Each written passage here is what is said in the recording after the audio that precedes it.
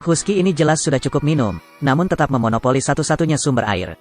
Anjing lain juga ingin minum air. Ia segera menggonggong dengan keras. Anjing-anjing yang marah tidak berani mengatakan apapun, karena dia adalah pemimpin dari kawanan anjing ini. Tapi kemudian anggota baru Buck berdiri, lewati Husky dan raih suatu tempat di permukaan es. Dengan tubuhnya yang besar, ia berhasil membuat lubang di es. Sekarang anjing lain juga bisa minum air. Tapi hal ini juga membuat para Husky sangat tidak puas. Pada malam hari, pemiliknya memberi setiap anjing seekor ikan. Saat Buck hendak menikmatinya, dia menemukan sesuatu. Ternyata Husky-nya kurang makan. Segera mencuri ikan itu dari Jack. Buck melihatnya dan segera ingin melangkah maju untuk membantu. Tapi ia tidak bisa berbuat apa-apa. Tapi nanti, dia meletakkan ikannya di depan Jack. Lihatlah siluetnya yang menjauh. Wajah anjing-anjing itu penuh rasa tidak percaya. Hal ini juga membuat kebencian antara ia dan para Husky semakin dalam. Pada hari kedua, Nyonya Rumah sedang memeriksa rekaman itu. Tanpa diduga, es di bawah kakinya tiba-tiba pecah. Dia juga jatuh ke dalam gua es. Kemudian Buck menyadari bahayanya, cepat menyusul, lalu lompat ke bawah. Tepat ketika majikannya kelelahan, Buck segera tiba. Dengan intuisinya yang tajam, ia berhasil memecahkan kebekuan dan menyelamatkan majikannya. Saat ini, Peraul datang untuk menarik istrinya, tapi tidak bisa menyelamatkan Buck tepat waktu. Buck terdorong oleh air yang membekukan. Peraul berteriak. Dia tiba di permukaan es, ingin membuat lubang dengan belati. Tanpa diduga, belati itu patah, tapi permukaan es tetap kosong. Hal ini menyebabkan Peraul berteriak tak berdaya. Tepat ketika Anda tidak tahu harus berbuat apa, sebuah tongkat muncul di hadapannya. Dia tidak punya waktu untuk berpikir, segera coba pecahkan kebekuan dengan tongkat. Tapi kemudian dia tiba-tiba menyadari sesuatu. Dia berbalik dan melihat. Ternyata Buck berhasil sampai ke darat. Peraul sangat senang, langsung memeluk Buck. Namun pemandangan ini dilihat oleh para Husky, rasanya sudah waktunya untuk melakukan sesuatu. Buck akan jalan-jalan malam ini, menemukan seekor kelinci lagi. Ia dengan cepat menyusul, andalkan kecepatan Anda sendiri. Kelinci dengan cepat menjadi hadiahnya. Tapi kelinci itu terlihat sangat lucu. Buck tidak bisa bergerak, jadi dia melepaskan kelinci itu. Tapi kelinci itu belum pergi jauh, ia digigit sampai mati oleh seekor Husky. Dia sekarang menatap Buck dengan kejam. Ini jelas merupakan deklarasi perang terhadap Buck. Buck tidak punya ruang untuk mundur, hanya bisa bergerak maju dan bertarung. Namun menghadapi para Husky yang telah mengalami banyak pertempuran, Buck dengan cepat dikalahkan. Menonton Buck pingsan, Husky sangat bangga. Sebelum pergi, dia juga tidak lupa mengejeknya. Di antara anjing-anjing penjaga di bawah, seekor anjing cantik berani melangkah maju dan mengaum. Saat ini, ada seekor anjing yang menolak menyerah. Ia mengumpulkan keberanian untuk mengaum beberapa kali.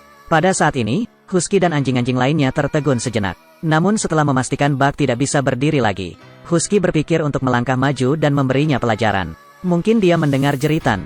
Buck benar-benar terbangun. Kemudian, seekor serigala hitam ganas muncul di hadapannya. Sifat liarnya segera terbangun. Buck berdiri lagi. Motivasi juga mengalami perubahan dibandingkan sebelumnya. Husky agak pemalu saat ini. Tapi lihatlah anjing-anjing yang mendukung Buck di belakangnya. Ia hanya bisa mengertakkan gigi dan bertarung lagi. Namun kali ini hasilnya seperti ini.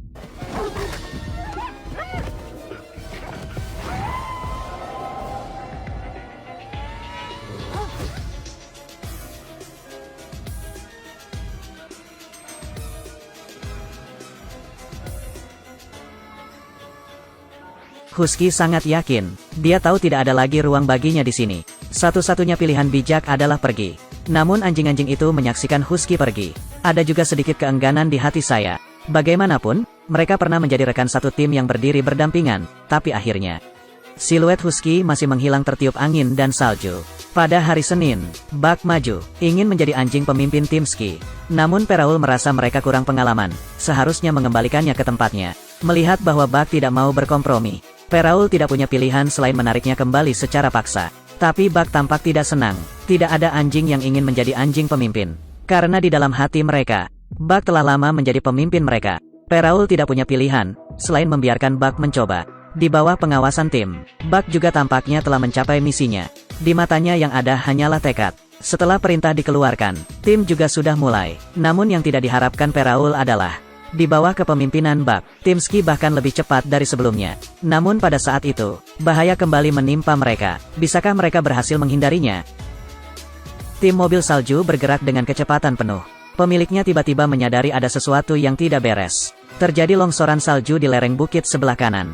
Dia meminta Buck, anjing pemimpin, untuk berbelok ke kiri. Tapi Buck memilih untuk mempercayai instingnya.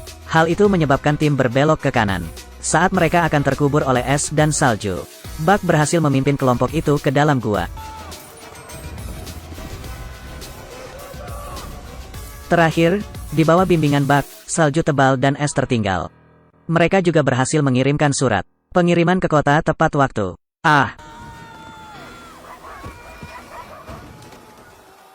Peraul sangat senang. Untuk pertama kalinya mereka dapat mengirimkan surat tepat waktu. Namun tim tersebut belum bekerja selama beberapa hari. Sebagai tukang pos, Peraul menerima surat. Setelah membaca surat itu, ekspresinya langsung berubah. Ternyata saat ini ada telegram.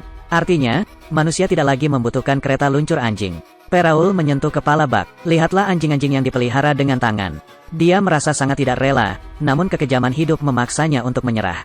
Mereka telah ditinggalkan oleh waktu. Bagaimana kita menghadapi nasib kita? Suatu hari tidak lama kemudian, seorang pengusaha datang, tertarik dengan fisik Bug yang kuat pada pandangan pertama.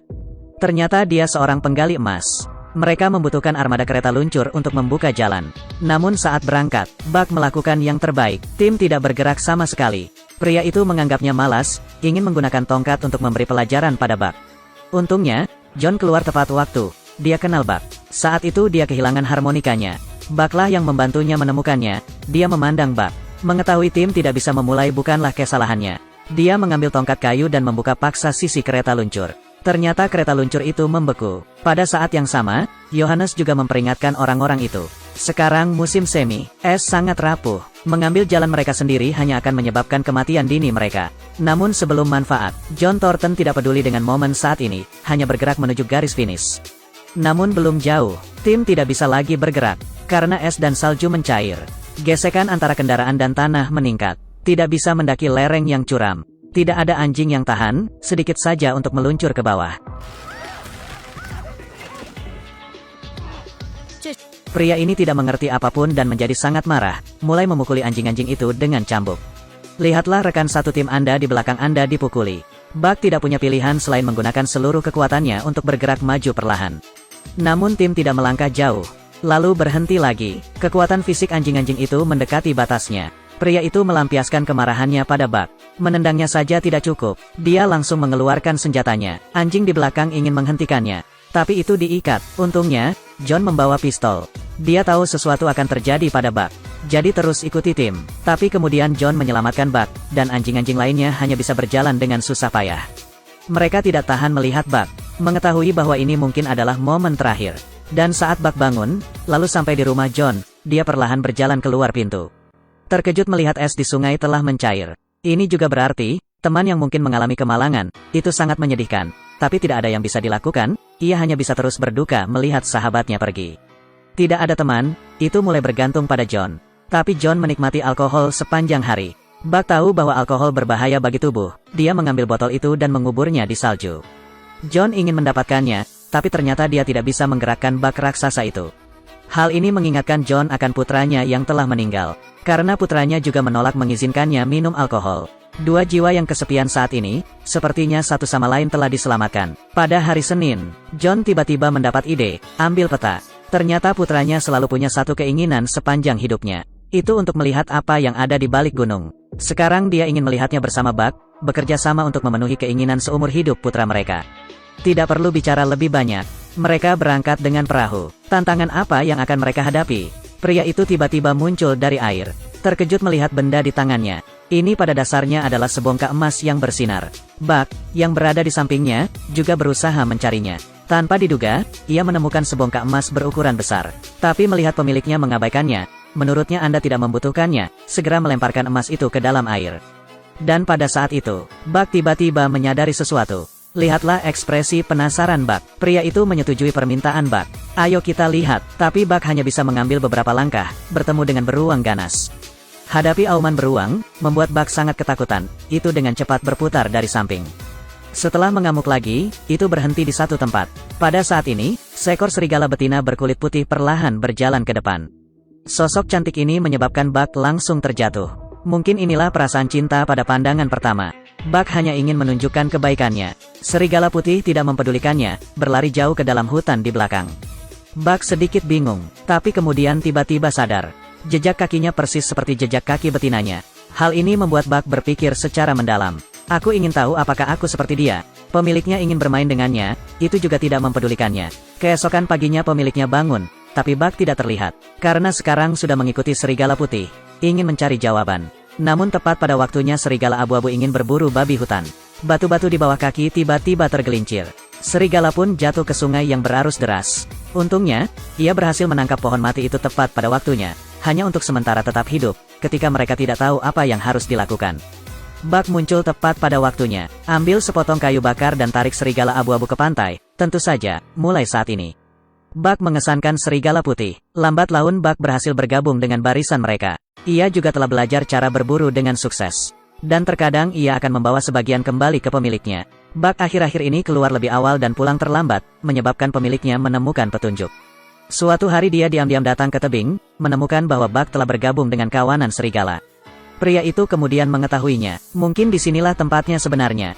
Keesokan harinya dia mengucapkan selamat tinggal pada Buck, karena sudah waktunya dia kembali.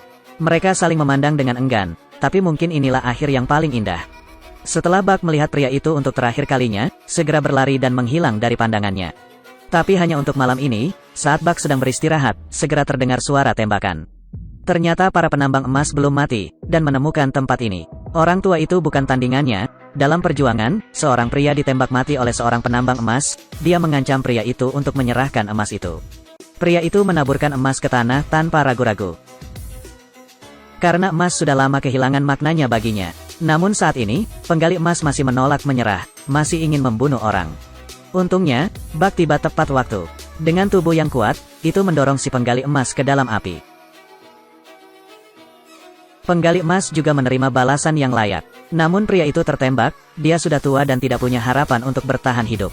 Buck sangat sedih, tapi tidak ada yang bisa dilakukan. Lihatlah pria yang tergeletak di tanah. Buck mengeluarkan buku catatannya. Kemudian ia mengangkat pria itu dengan kuat. Pria itu sekarang juga melihat buku catatan itu tergeletak di tanah. Ini adalah gambar putranya yang telah meninggal. Pria itu sangat berterima kasih kepada Buck. Terima kasih telah memberikan perjalanan yang menyenangkan. Setelah memeluk Buck untuk terakhir kalinya, dia pergi menemui putranya yang hilang. Saya tidak tahu berapa lama waktu telah berlalu. Buck menjadi pemimpin serigala, dan melahirkan anakmu sendiri. Sekarang tidak ada lagi rasa takut di matanya. Ia tidak lagi bergeming saat berhadapan dengan beruang ganas. Kekuatan besar ini memaksa beruang untuk mundur terus-menerus. Pada saat ini, sifat liar Buck telah sepenuhnya terbangun. Tapi tidak ada yang menyangka, itu dari sebelumnya, hanya seekor anjing peliharaan yang dipelihara di penangkaran. Tidak ada yang tahu apa yang akan terjadi di masa depan. Yang bisa kita lakukan hanyalah berusaha mengikuti jalur yang ada saat ini.